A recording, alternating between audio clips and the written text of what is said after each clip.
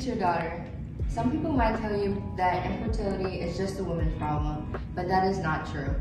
Men and women both experience infertility.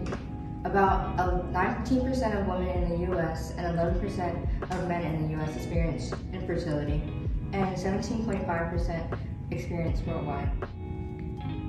Some people may also tell you that your overall health cannot impact your fertility. However, that is not true.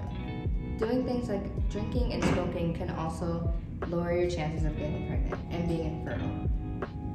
Especially things like smoking that can kill the cilia in your fallopian tube, which can cause an ectopic pregnancy, which can lower your chances of getting pregnant. Some people may also tell you that a regular menstrual cycle equals infertility. However, that is also not true. A lot of young teenagers experience irregular menstrual cycles at the beginning of getting their period. Things like your sleep schedule, stress, and exercise can also affect your menstrual cycle. But if you have concerns, you can always feel comfortable talking to your doctor. Dear future daughter, some misconceptions of the women's reproductive system include that periods are dirty and shameful.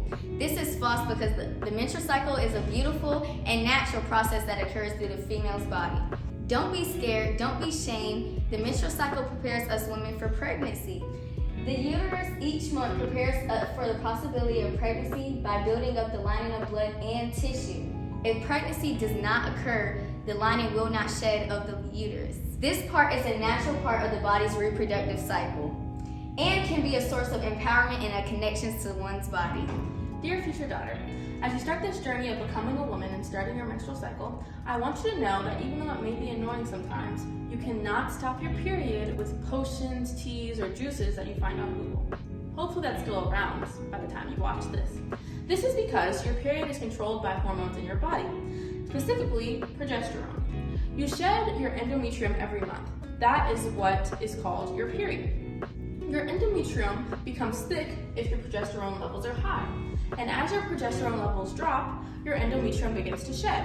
So, unless these teas or potions that you might find on Google or the internet, or whatever is around at the time, drops hormone levels in your body, these teas are not going to stop your period. Dear future daughter, no matter what people may tell you, your eggs are not going to be fertilized as soon as you're born.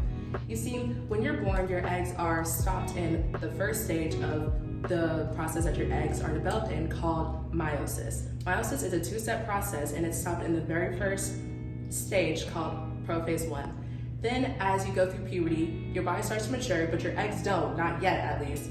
When you ovulate, which is when your egg is released from the follicle that has been growing and developing in, which is just a randomized selection, so one of your eggs randomly gets chosen to be loved on, grown on, kind of just like you a little bit, loved on to you. So during ovulation, your egg gets released from that follicle, and that's when your egg will continue to grow if it gets fertilized. But if not, then it'll just slowly disintegrate. We really hope our 4 points better help you understand your menstrual cycle and the journey that you are now coming into. We love you. Bye.